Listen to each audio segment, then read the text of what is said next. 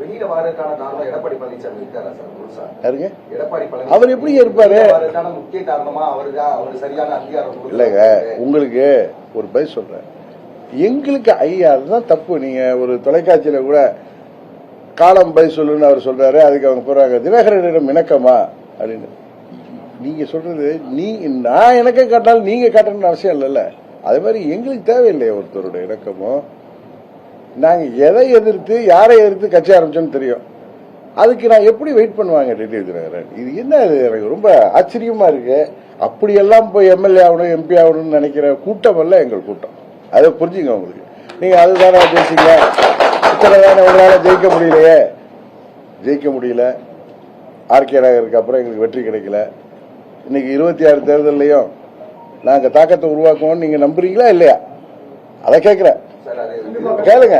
நீங்க கேட்கறது உங்க, நாங்க சொல்றது நாங்கள் எதற்காக இந்த இயக்கம் ஆரம்பித்தோமோ அதற்கு எதிரான ஒரு முடிவை எங்கள் தொண்டர்கள் அனுமதிப்பார்களா, எங்கள் நிர்வாகிகள் அனுமதிப்பார்களா? நிறைய நிர்வாகிகள் வந்திருக்காங்க, முன்னாள் அமைச்சர்கள் இருக்காங்க, இந்த முன்னாள் சட்டமன்ற உறுப்பினர் எங்களுக்காக அவர் விரும்புவாரா? அதே மாதிரி சில பேர் விரும்பக்கூடும் தான். யாரோ ஒரு சிலர். நான் முதலா ஒரு தொலைக்காட்சி பேர்ல வித் ஆர் வித்தவுட் பழனிசாமி அம்மாவின் தொண்டர்கள்லாம் ஒன்றிணைன்னு சொன்னேன்.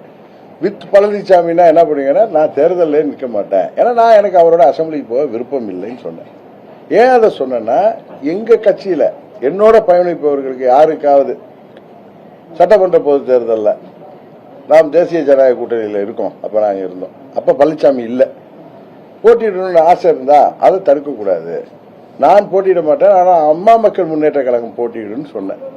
எங்க கட்சியில் எந்த நிர்வாகியும் யாருமே நீங்கள் போட்டியிடாத பட்சத்தில் நாங்கள் போட்டியிட மாட்டோம், இன்னொன்னு நாம் இங்க இருக்கணுமா அப்படின்னு கேட்டாங்க.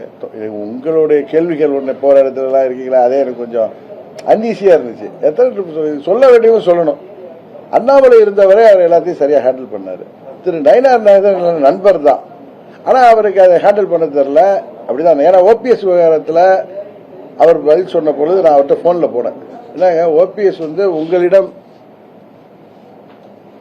போன் பண்ணிருக்காரு 2 முறை, உங்களுக்கு மெசேஜ் போட்டிருக்காரு, ஆனா நீங்க இல்லைன்னு சொல்றீங்களே, என்ன நயினார்னு கேட்டேன். ஏன்னா எனக்கு பழைய நண்பர் தானே அந்த உரிமையில. இல்லைன்னா அப்படி இல்லை அப்படி இல்லைனாரு. ஓபிஎஸ் வேற வழி இல்லாம அந்த போன் கால்ஸை விட வேண்டிய நயினார் தான் அதுக்கு காரணம். என்னிடம் கேட்டிருந்தால் சொன்ன பதில் ஒரு ஆணவமான பதிலாகத்தான் தெரியுது. அதற்கு நானோ பன்னீர்செல்வமோ கட்டுப்பட வேண்டிய அவசியம் இல்லை.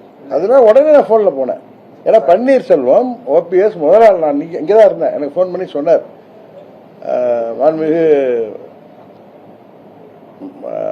பிரைம் மினிஸ்டர் எங்க தூத்துக்குடி வந்த அன்னைக்கு, சார் இது மாதிரி இருந்துச்சுன்னு சொன்னார். நான் விட்டுட்டேன். இவர் பதில் சொன்னார்ல, என்னிடம் கேட்டிருந்தால் சொன்னப்ப நான் உடனே போன்ல போனேன். என்ன இப்படி சொல்றீங்க? அவர் கேட்டார். இல்லைண்ணா இல்லைன்னாரு. இவர் திரும்ப திரும்ப அதில் நின்னதும் பன்னீர்செல்வம் அவர்கள் அந்த இதெல்லாம் அது உடனுங்கிற அவசியம். இவர் பதில் சொன்னதுனால வேற வேற ரொம்ப நாகரிகமானவர். அவர் நயினாருங்காரம் இல்லை, யாருங்காரம் இல்லை, எங்க தொண்டர்களும் தான் காரணம். ஏன்னா அவங்க யாரும் விரும்பல. நான் சொல்றது, நான் 4 மாதங்களுக்கு முன்பே முடிவெடுக்கவில்லைன்னு கேட்கிறப்ப நம்ம ஒரு கூட்டணியில் வந்துட்டோம். மாண்புமிகு அமித்ஷா அவர்கள் கூட்டணி மந்திரி சபை என்று சொல்கிறார்கள், கரெக்டா? பாஜக இடம்பெறுங்கிறாரு.